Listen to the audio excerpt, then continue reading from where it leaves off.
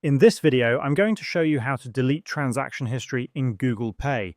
If you're concerned about privacy or simply want to clear your payment history, follow these steps. Open Google Wallet on your mobile phone. Once it's open, tap on your profile icon in the upper right corner of the screen.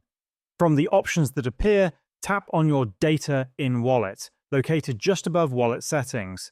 This will take you to a new screen with more options. Tap on Manage Payment Data, which will open a browser window. Make sure you're signed in with the Google account associated with your Google Pay history. Once you've confirmed you're logged in, scroll down to the bottom of the page where you'll find the Payments, Transactions, and Activity section. If you have any past transactions, they'll be listed here. Tap on Delete, and you'll be given several options: Last Hour, Last Day, All Time, or Custom Range. If you want to delete all transactions, choose All Time. Once you've made your selection, confirm the deletion, and your transaction history will be erased.